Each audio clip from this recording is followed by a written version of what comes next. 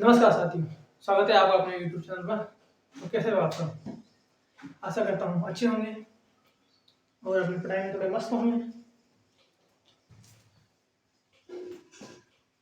तो आज की जो अपनी क्लास है ये 8 नंबर की क्लास होने वाली है। इससे पहले अपना 7 क्लासेस देख चुके हैं और कल की जो क्लास थी उसमें अपने देखे थे चौहान वंशी का उत्पत्ति, इसकी विभिन्न शाखाएं, वंशावलियाँ और कैसे ये उत्पत्ति में आया बात वगैरह वगैरह, ये सबको देख लिया था। अगर आपने पिछली क्लास नहीं देखी हो तो आप उसको देख लेना।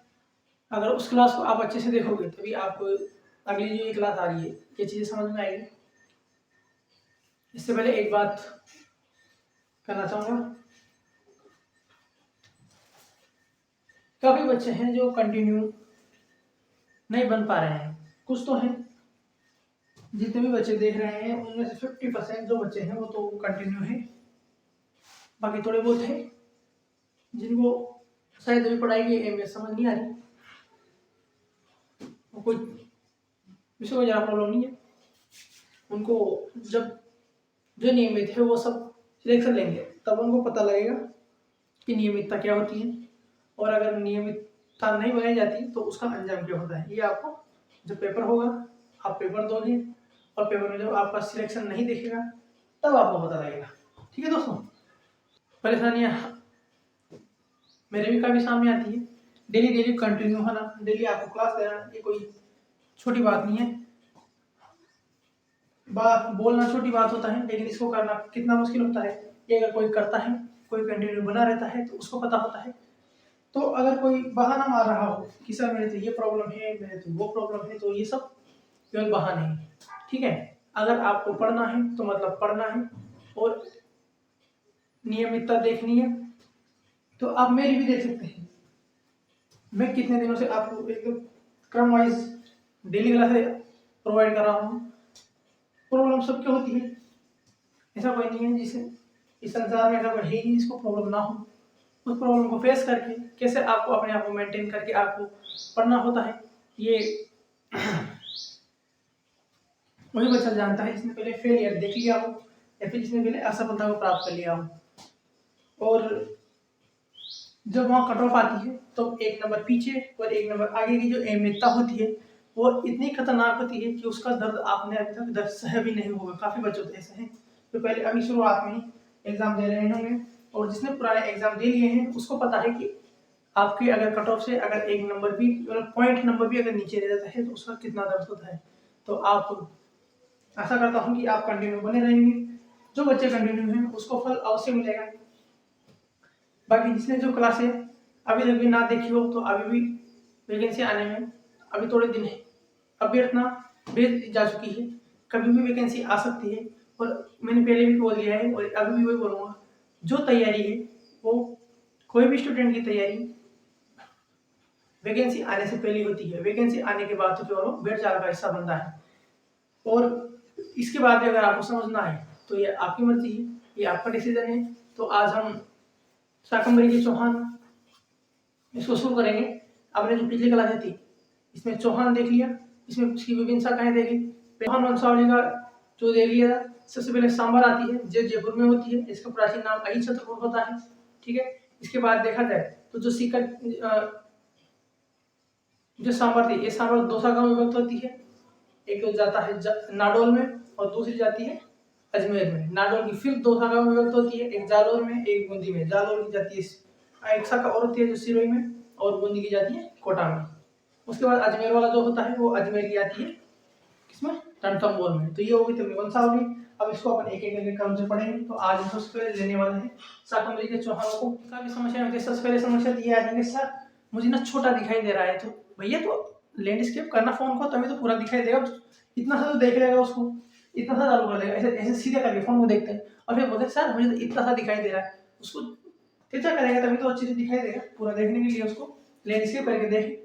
और अगर मैं आपको इधर पढ़ा रहा हूँ तो आपका ध्यान इधर ही होना चाहिए, आपका ध्यान यहाँ नहीं जाना चाहिए या फिर इस साइड में नहीं जाना चाहिए। मैं इस साइड पढ़ाऊंगा तो आपका ध्यान फोकस इस साइड होना चाहिए।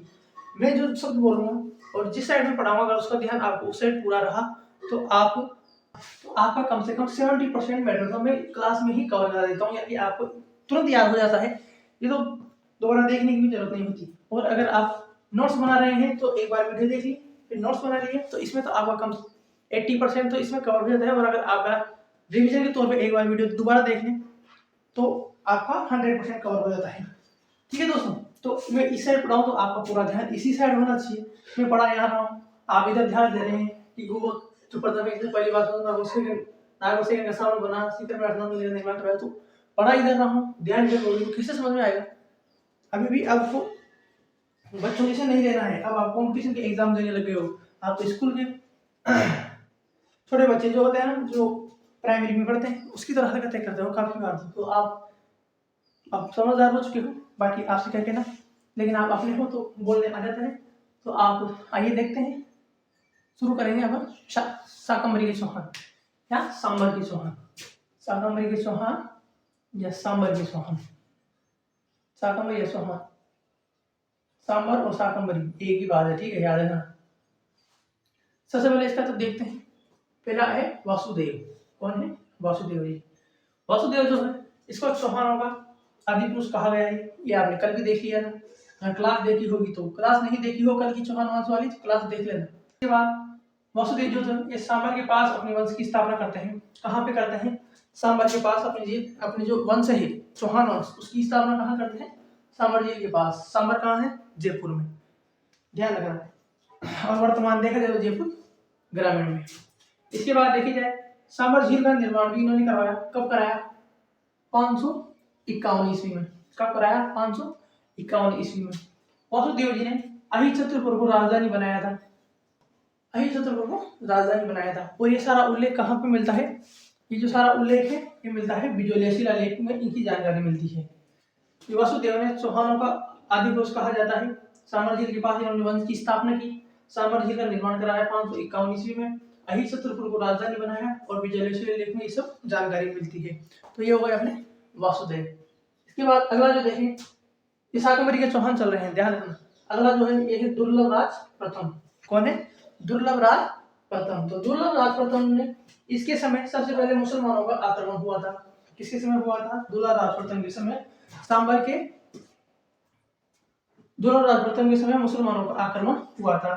ये जो दुर्लभ राज थे ये वत्स राज का क्या था? सामंत। क्या था? सामंत। कल अपन ने देखा था कि जो जितने भी चौहान है ये गुर्जर प्रतिहार को कहते हैं सामंत है। तो उसी के हिसाब से यहाँ पे देख सकते हैं आपके जो दुर्लभ राज प्रथम है ये पहली बार मुसलमानों का आक्रमण हुआ इसी समय, और यहाँ पर वत्स राज के सामंत थे। लेट चलिए दोस्तों, 2 मिनट वेट कीजिए। तो मैं आपको ऐसे समझा रहा था कि समस्या सब आपकी नहीं होती, अब समस्या हमारी होती है। अब देख लीजिए जल्दी क्लास में लाइट चली गई, अब लाइट आने तक का वेट करना पड़ेगा शूट करने के लिए। तो आप अपनी नियमितता बनाए रखें, नियमितता ना दौड़े, पढ़ाई करनी, आपको पढ़ाई करनी ही पड़ेगी। आपके पास केवल एक ही तरीका है, दीजिए आ गई अपनी लाइट। तो समस्याएं सबके जीवन में है, बस उसको लड़ना आना चाहिए। और मैं ये सब आपके लिए फ्री कर रहा हूँ, कौन सा मुझे कोई पैसे दे रहा है।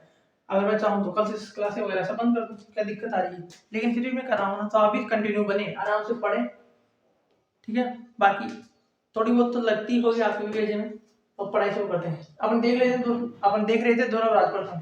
दुर्लभ राज प्रथम इसके समय पहली बार मुसलमानों का आक्रमण हुआ और ये वत्स राज के सामंत थे, ठीक है। इसके बाद देखते हैं गुवक प्रथम। अगला जो इसका शासक है वो है गुवक प्रथम। गुवक प्रथम ये पहली बार स्वतंत्र शासन हुआ इसके समय। गुवक राज प्रथम के समय पहली बार स्वतंत्र शासन हुआ, और ये सामंत किसका था? नागौर सेकंड का। किसका था? नागौर सेकंड का। नागौर सेकंड कौन था? गुर्जर प्रतिहार, ठीक है। इसके बाद गुवक प्रथम ने सीकर में हर्षनाथ मंदिर का निर्माण कराया। गुवक राज जो प्रथम है, गुवक प्रथम, इसने सीकर में हर्षनाथ मंदिर का निर्माण करवाया था, और ये है इंपोर्टेंट, ध्यान देने लायक बात। इसके बाद अगला आता है चंदन राज। चंदन राज जो इसकी पत्नी थी रुद्राणी और आत्मप्रभा, ये प्रतिदिन पुष्कर तट पर, यानी पुष्कर झील है वहां पर दीपदान का अधिक महत्व है, तो वहां पे इसकी जो पत्नी थी चंदन राज की पत्नी रुद्राणी, जिसको आत्मप्रभा भी कहा जाता है, वो प्रतिदिन 1000 दीप प्रज्वलित करती थी। क्या करती थी? डेली 1000 दीप प्रज्वलित करती थी। तो शाकंभरी के चौहान इसके बाद और भी है, तो पहले आप इसको दे लेते हैं रिवीजन के तौर। वासुदेव था, चौहानों को आदि पुरुष कहा जाता है। सांबर के पास अपने वंश की स्थापना की, शाकंभरी के चौहान की स्थापना कहाँ की? सांबर वंश की स्थापना की। इसके बाद सामर झील का निर्माण कराया 551 ईस्वी में। इसके बाद इसने राजधानी बनाया, किसको? अहिच्छत्र राजधानी बनाया। किसने बनाया? वासुदेव ने। ये जो सारी जानकारी है ये कहाँ मिलती है? अपने बिजुलिया शिलालेख में ये जानकारी मिलती है। इसके बाद अगला जो आता है वो है दुर्लभ राज प्रथम। इसके समय पहली बार मुसलमानों का आक्रमण हुआ था और वसुराज, ये जो दुर्लभ राज प्रथम था ये वसुराज का क्या था? सामंत था। इसके बाद अगला आता है गुहक प्रथम। गुहक प्रथम ने यह पहली बार स्वतंत्र शासन किया। ये जो था ये नागौर सेकंड का क्या था? सामंत था और इसने सीकर में हर्षनाथ मंदिर का निर्माण करवाया था। ये हो गया गुहक प्रथम खत्म। इसके बाद अगला आता है चंदन राज। इसकी पत्नी जो रुद्राणी और जो जिसे आत्मप्रभा के नाम से भी जाना जाता है, ये प्रतिदिन पुष्कर तट पर, पुष्कर तट कहाँ है? अजमेर में, ये ध्यान रखना, प्रतिदिन 1000 दीप प्रज्वलित करती थी और ये भी ध्यान देने लायक है। ठीक है, इससे भी कभी कुछ पूछ लिया जाता है तो आप लीजिए इसका फटाफट स्क्रीनशॉट। इसके बाद चलते हैं अपन अगले शासकों की और इसी में शाकंभरी के चौहानों में, तो लीजिए फटाफट स्क्रीनशॉट। चलिए दोस्तों देखते हैं आगे।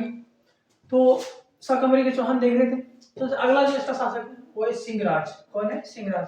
तो सिंहराज की वजह से उपाधि इंपॉर्टेंट है, तो वह देख लीजिए इसने महाराजा धीराज की उपाधि धारण की, ये बात इसमें इंपॉर्टेंट है। अगला जो है ये है विग्रहराज।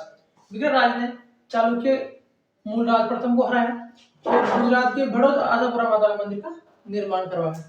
किसका निर्माण करवाया? बड़ौत में आशापुरा माता का निर्माण विग्रहराज ने कराया। इसके बाद अगला शासक है अपना गोविंदराज। गोविंदराज जो थे इसने बेरीगट्टी की उपाधि धारण की, इसका अर्थ होता है शत्रु संहारक। क्या होता है? शत्रु संहारक। इसमें समय जो है गजनी के शासन ने विरोध किया था। किसने? गोविंदराज ने। गजनी के जो शासक का विरोध किया था किसने? गोविंदराज ने किया था। अगला जो है वो है वाकपतिराज सेकंड। वाकपतिराज सेकंड, इसके पुत्र लक्ष्मण ने नाडोल वंश की नींव रखी थी, ये हमने कल देखी थी। ठीक है दोस्तों, अगला जो है ये पृथ्वीराज फर्स्ट। पृथ्वीराज फर्स्ट ने परम भट्टारक महाराजा धीराज की उपाधि धारण की। इसके समय पुष्कर में 700 चालुक्यों को मौत के घाट उतारा जा था। किसके समय? पृथ्वीराज जी के समय। ठीक है, तो ये शाकंभरी के चौहान देख लिए हैं, इसके पहले वाले स्लाइड में देख लिए। उसके बाद है एक सिंहराज है जिसने महाराजा धीराज की उपाधि धारण की। एक विग्रहराज है जिसने चालुक्य मूल राज प्रथम को हराया। गुजरात में भेड़ोच आशापुरा माता का मंदिर का निर्माण कराया। उसके बाद है गोविंदराज, इसने बेरीगढ़ की उपाधि धारण की, गजनी के शासक का विरोध किया। इसके बाद अगला है वाकपतिराज सेकंड। वाकपति सेकंड का जो पुत्र है लक्ष्मण, इसने नाडोल वंश की स्थापना की थी और पृथ्वीराज फर्स्ट से परम भट्टारक महाराजा धीराज की उपाधि धारण की और पुष्कर में 700 चालुक्य शासकों को मौत के घाट उतार दिया था। तो ये अपने हो गए शाकंभरी के चौहान।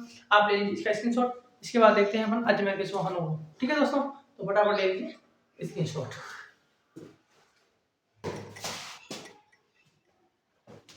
चलिए दोस्तों देखते हैं आगे अजमेर के चौहान। तो अजमेर के चौहानों में अगर इंपोर्टेंट शासक देखा जाए तो वो था अजयराज चौहान। कौन था? अजयराज चौहान। इसका टाइम पीरियड यानी शासनकाल देखा जाए तो 1105 से लेकर 1133 तक, 1105 से लेकर 1133 तक इसका टाइम पीरियड माना जाता है। अजमेर की चौहान सभा का अगर वास्तविक संस्थापक देखा जाए तो वो कौन था? अजयराज। अजयराज ने अजमेर नगर को बसाया और एक कब बसाया? 1113 ईस्वी में।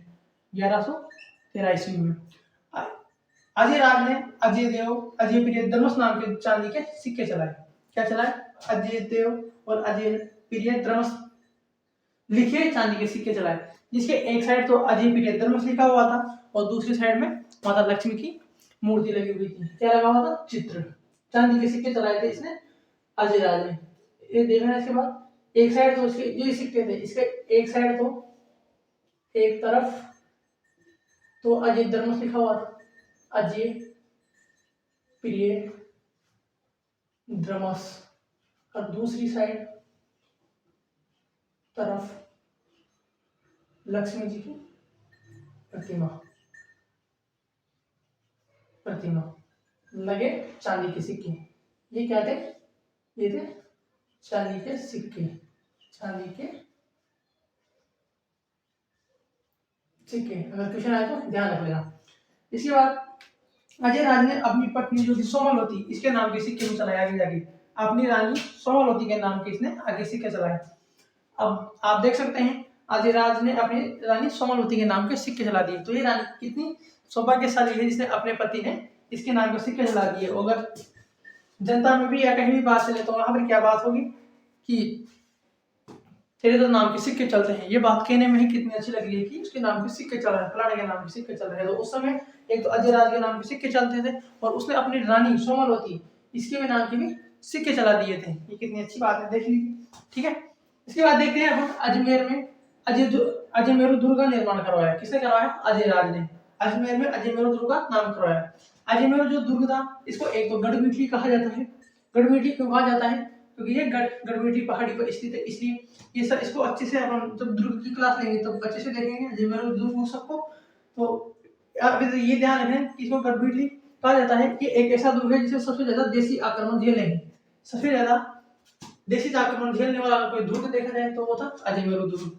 बाद में इसको जब पृथ्वीराज सिसोदिया ने जीता तब इसने अपनी पत्नी जो तारा देवी थी इसके नाम पर इसका नाम बदलकर तारागढ़ रख दिया था। क्या रख दिया था? तारागढ़। एक तारागढ़ अपने बूंदी में भी है।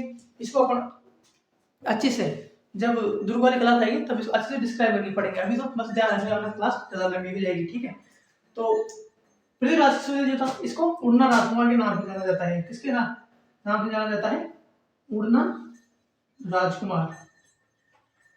उड़ना राजकुमार, उड़ना राजकुमार लिख लेना यहाँ पे। इसको उड़ना राजकुमार के नाम से भी जाना जाता है। क्यों जाना जाता था? उड़ना राजकुमार के नाम से इसलिए जाना जाता था क्योंकि जहां ये रहता था उस दुर्ग की जो दीवार थी उसको ये सबसे कम टाइम पे और सबसे तेज स्पीड में दौड़ के फुल स्पीड में दौड़ के उसको कवर कर लेता था, इसलिए इसको उड़ना राजकुमार। राजकुमार में सबसे तेज राजकुमार जो हवा की तरह तेज है उसकी उपाधि के साथ इसको उड़ना राजकुमार कहा जाता था। तो अभी ये आप ध्यान रख लीजिए, जब आप इसको आगे बाद जैसे पढ़ते जाएंगे इस वजह से आपको एक एक करके अपने सारे पृथ्वीराज कवर होते जाएंगे। जो पृथ्वीराज प्रथम है ये वो नहीं है, ये पृथ्वीराज सिसोदिया है। ठीक है, पृथ्वीराज अपने राजस्थान में काफी पृथ्वीराज हुए हैं, तो आप एक को लेके ना बैठ जाए कि ये तो पृथ्वीराज सारे एक जैसे ही, एक जैसे नहीं है, अलग अलग है। इनकी सब पूरी श्रृंखला जो है जिससे जब आगे बढ़ते जाएंगे आपको कवर होती जाएगी। ठीक है, अभी तो बस इतना ध्यान रखना है। अभी तो बस आप इतना ध्यान रखिए जो पृथ्वीराज सिसोदिया था इसको उड़ना राजकुमार कहा जाता था। इसकी जो पत्नी है तारा देवी, इसके नाम पर जो अजमेर का दुर्ग है उसका नाम तारागढ़ रखा गया था कि गढ़मीठी पहाड़ी पे होने के कारण इसको गढ़मीठी कहा जाता है। अजमेर दुर्ग ऐसा दुर्ग है जहाँ पे सबसे ज्यादा देशी आक्रमण झेले हैं। इसके बाद अजयराज जो चौहान है, जो अजयराज चौहान है इसका जो शासन काल है ये 1105 से लेकर 1133 ईस्वी तक था। अजमेर की चौहान साम्राज्य का संस्थापक देखा जाए तो अजयराज था। अजमेर नगर बसाया 1113 ईस्वी में। अजय देव व अजय प्रियद्रंश नाम के चांदी के सिक्के चलाए, जिसके एक तरफ तो अजय प्रियद्रंश लिखा हुआ था और दूसरी साइड माता लक्ष्मी जी का प्रतिमा थी। अपनी रानी सोमवती के नाम पे इसने सिक्के चलाए। अजमेर में अजमेर दुर्ग का निर्माण कराया और अजमेर जो दुर्ग है वो गढ़मीठी पहाड़ी पे है, इसे गढ़मीठी दुर्ग या तारागढ़ दुर्ग के नाम से जाना जाता है। सबसे ज्यादा देशी आक्रमण अजमेर ने दुर्ग ने झेले और पृथ्वीराज सिसोदिया की रानी पत्नी जो तारा देवी थी इसके नाम पर इसका नाम तारागढ़ पड़ा। तो आप ले लीजिए इसका फटाफट स्क्रीनशॉट। इसके बाद चलते हैं अपन आगे जो है अजयराज का पुत्र अर्णवराज पर। ठीक है, तो ले लीजिए फटाफट स्क्रीनशॉट। चलिए दोस्तों, अगला शासक आता है अर्णवराज। अर्णवराज कौन था? अजयराज का पुत्र। अगर इसका शासन काल देखा जाए तो 1133 से लेकर 1155 तक का शासन काल था अर्णवराज का। अजयराज के बाद ये शासक बनता है चालुक्य वंश जयसिंह सिद्धराज से संघर्ष करता है। संघर्ष के पश्चात इसकी जो पुत्री है जयसिंह की पुत्री कांचन देवी इसे अर्णवराज से करता है विवाह करता है। पहले तो संघर्ष किया, संघर्ष के बाद समझौते के तौर पर क्या करी? शादी। तो यहाँ से जयसिंह सिद्धराज अब ससुर और जमाई बन गए अपनी भाषा में देखे तो। अब इसके बाद देखते हैं, इसके बाद इसका अगला जो संघर्ष है ये चालुक्य कुमारपाल है उससे भी संघर्ष होता है। ठीक है, इसके बाद चालुक्य कुमारपाल से भी संघर्ष होता है। इसके बाद देखिए तो इसने चंद्रा नदी को रोककर अनासागर झील का निर्माण करवाया था। ये कहाँ करवाया था? अजमेर में ही कराया है अनासागर निर्माण। जो अर्णवराज है इसको प्रेम से अनाजी भी बोलते हैं। क्या बोलते हैं? अनाजी। अर्णवराज इतना लंबा बोलेंगे तो काफी लंबा हो जाता है, तो प्यार से इसको अनाजी बोला जाता है। और अनाजी के कारण इसी के नाम पे इसका नाम अनासागर झील का निर्माण नाम रखा गया। अनासागर अनाजी सभी तो प्रेम से अनाजी बोला करते थे और इसी नाम को देखते हुए इस जो झील का निर्माण नाम जिसने झील बनाई उसका नाम अनासागर रख दिया। ठीक है दोस्तों, इसके बाद देखते हैं अब आगे पुष्कर में 12 मंदिर का निर्माण करवाया। कितनों का? 12 मंदिरों का। पुष्कर में 12 मंदिरों का निर्माण और प्रसिद्ध वराह मंदिर है, इसका निर्माण भी आनवराज ने कराया है, यानी आनाजी ने कराया है। इसके पुत्र जगदेव ने इसकी हत्या की, और जो जगदेव है ये अजमेर के चौहानों का पितृहंता शासक कहलाया। क्या कहलाया? अजमेर के चौहानों का पितृहंता शासक। तो देख लेते हैं इसका रिवीजन के तौर पर। आनवराज के शासनकाल 1133 से लेकर 1155 तक प्रेम से इसको आनाजी बोला करते थे। राज के बाद ये शासक बनता है, अजयराज के बाद आनवराज शासक बनता है। चालुक्य जयसिंह सिद्धराज से एक साथ संघर्ष करता है। उसके बाद इसी की पुत्री जयसिंह सिद्धराज की जो पुत्री थी कांचन देवी, इसे करता है विवाह। कौन करता है? आनवराज। इसके बाद अगला जो संघर्ष है इसका, चालुक्य कुमारपाल से संघर्ष होता है। संघर्ष हो गया, इसके बाद ये चंद्रा नदी को रोक लेता है और उसकी जगह पर आनासागर झील का निर्माण करा देता है। पुष्कर में 12 मंदिर और प्रसिद्ध वराह मंदिर का निर्माण कौन करवाता है? आनाजी कराते हैं। अपने पुत्र जगदेव ने इसकी हत्या की, इसलिए जगदेव को क्या बोला जाता है? पितृहंता शासक। अजमेर के चौहानों का पितृहंता शासक के नाम से जगदेव जाना गया। तो इसको ध्यान दे लेना, ये इंपॉर्टेंट है। वैसे तो अपनी सारी स्लाइड इंपॉर्टेंट होती है, अब अनावश्यक तो कुछ लेते ही नहीं है, फिर भी आप एक बार देख लेना इसको, ठीक है। तो आप ले लीजिए फटाफट इसका स्क्रीनशॉट। इसके बाद देखते हैं अपन विग्रहराज को, ठीक है दोस्तों, ले लीजिए फटाफट स्क्रीनशॉट। चलिए दोस्तों देखते हैं अपने अगले शासक को, जो है विग्रहराज चतुर्थ, जिसको बिसल देव के नाम से भी जाना जाता है। बिसल देव, विग्रहराज चतुर्थ, या जिसे तुरुष्क जीत के नाम से भी जाना जाता है। ये तीनों नाम आप ध्यान रखना है, थोड़े इंपॉर्टेंट है। अगर इसका टाइम पीरियड देखा जाए तो 1158 से लेकर 1163 ईस्वी तक का, ठीक है। जो बिसल देव है ये पितृहंता शासक जो जगदेव था, इसको गद्दी से हटाकर शासक बनता है। अजमेर के चौहानों में जो पितृहंता था, जिसने अनवराज को मारा था, अजयराज का पुत्र अर्णवराज और अर्णवराज का पुत्र जगदेव, इनकी जगदेव ने किसको मारा था? अर्णवराज ने, आनाजी को। तो इसने आनाजी को मारकर गद्दी हड़प ली थी। उसके बाद वापस आता है विशल देव, यानी विग्रहराज चतुर्थ, और विग्रहराज चतुर्थ भी इसको गद्दी से हटाकर खुद शासक बन जाता है। जो विशल देव है, इसकी जो उपाधियां हैं, इसमें सबसे प्रसिद्ध जो उपाधियां हैं वो एक तो कटिबंधु, एक कवि बांधव, ये दोनों एक ही, कभी कवि बांधव नाम से पूछ लेते हैं, कभी कटि बांधव के नाम से पूछ लेते हैं। यानी जो विशल देव है इसको कटिबंधु या कवि बांधव के नाम से जाना गया है। सवाद लक्ष्य के चौहान का स्वर्ण काल इस समय माना गया है। कब माना? किसका? चौहान। किन शासकों का स्वर्ण काल इस समय माना गया है? तो वो है सपाद लक्ष्य के चौहान होगा। सपाद लक्ष्य के जो चौहान थे उनका स्वर्ण काल इसके समय माना गया है। दिल्ली के तोमर वंशी शासकों को हराकर दिल्ली को अधिकार कर लिया था विशल देव ने। दिल्ली के जो तोमर वंशी शासक थे इनको हराया किसने? विशल देव ने हराया और दिल्ली पर अधिकार कर लिया। गजनी के खुसरू शाह को भी पराजित किसने किया था? विशल देव ने। इसने विशल देव नगर बसाया, विशल देव सागर झील का निर्माण करवाया। इसके बाद संस्कृत पाठशाला का निर्माण करवाया था, जिसको एक ने यानी अलाउद्दीन खिलजी ने तोड़कर 2.5 दिन की झोपड़े को बदला दिया था। संस्कृत पाठशाला को बनाया, और जो अलाउद्दीन खिलजी है इसने विशल देव पाठशाला को तोड़कर 2.5 दिन का जो झोपड़ा है इसका निर्माण करा दिया था। अगर किसी को पता नहीं हो फिर 2.5 दिन कैसे लिखते हैं तो 2.5 दिन देख लीजिए, 2 सही 1/2, ये दिन होते हैं, इसको 2.5 दिन बोलते हैं। और यानी इसको 2.5 दिन में उल्लेख मिलता है कि इसको 2.5 दिन में तैयार कराया गया था, इसलिए इसको 2.5 दिन का झोपड़ा बोला गया है। और ये किसने किया है? अलाउद्दीन खिलजी ने। किसने? अलाउद्दीन खिलजी ने। देख लेता हूँ, नोट कर लेना, अलाउद्दीन खिलजी। इन महाशय ने संस्कृत पाठशाला को तोड़कर 2.5 दिन की झोपड़े का निर्माण करवाया था। अभी इसमें आगे और है, तो आप पहले एक बार इसको देख लेते हैं। विशल देव या विग्रहराज चतुर्थ या तुरुष्क, कुछ भी आ जाए, ये तीनों एक ही के नाम है। शासक काल 1158 से 1163 तक। पितृहंता शासक जो जगदेव था, जिसने अनाजी को मारा था, उसको हटाकर यहाँ का शासक बना। जो इसकी प्रसिद्ध उपाधियां हैं, इसमें एक तो कटिबंधव, एक कवि बांधव नाम से विशल देव को जाना गया है। सपाद लक्ष्य के चौहान का स्वर्ण काल विशल देव के समय माना गया है। दिल्ली के तोमर वंशी शासकों को हटाकर दिल्ली पर आक्रमण किया और इस पर अधिकार कर लिया। गजनी के खुसरू शाह को पराजित किया। विशल देव नगर और विशल सागर झील का निर्माण कराया। संस्कृत पाठशाला को बनाई, जिसको अलाउद्दीन खिलजी ने तोड़कर 2.5 दिन के झोपड़े में तब्दील कर दिया, यानी उसको बदल दिया। तो ये विशल देव था। इसको अभी आगे और भी है, तो आप इसके ले लीजिए फटाफट स्क्रीनशॉट। उसके बाद देखते हैं हम विष्णु देव वो अभी आगे और है। चलिए दोस्तों देखते हैं इसमें विग्रह राज के बारे में आगे। तो जो विग्रह राज था ये हिंदू शासकों का एकमात्र ऐसा व्यक्ति था जो कालिदास और बहुविधि की होड़ कर सकता था। ऐसा किसने कहा है? किल्होर ने कहा है। विग्रह राज का जो प्रसिद्ध दरबारी कवि था वो था सोमदेव। सोमदेव ने ललित विग्रह राज की रचना की थी। इसके अलावा इसका जो अगला दरबारी कवि था एक नरपति नंदा था। इसने विष्णु देवरासों का लिखा था और हरिकेली नाटक की रचना की थी। भाषा जिसकी थी संस्कृत। किसकी थी? हरिकेली नाटक की। हरिकेली जो नाटक है ये एक शिव अर्जुन संवाद है जिसे किरात कहा जाता है, उसके बारे में इसने बताया गया है। विग्रह राज जो था ये खुद भी एक दरबारी विद्वान था और अच्छा खासा ज्ञाता था। एक अच्छा खासा ज्ञाता था। इसकी भी खुद की काफी रचनाएं हैं। इसने स्वयं विग्रह राज ने रचनाएं की है। इसकी रचना स्वयं विग्रह राज ने की है। किसकी? हरिकेली नाटक की। हरिकेली का जो लिखित है ये विग्रह राज है।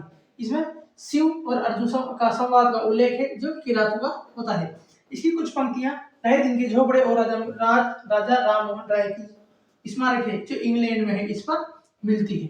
किस पे मिलती है? इसकी कुछ पंक्तियां ढाई दिन के झोपड़े और राजा राम मोहन राय की स्मारक जो इंग्लैंड में है उस पर मिलती है। किसकी?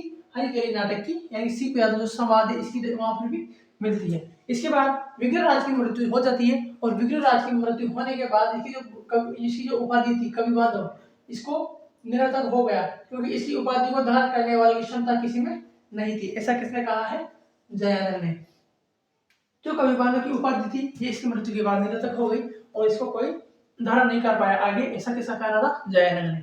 तो देख लेते हैं विग्रह राज हिंदू शासकों का एकमात्र ऐसा व्यक्ति था जो कालिदास और बहुविधि की होड़ कर सकता था। ऐसा कहा है किल्होर ने।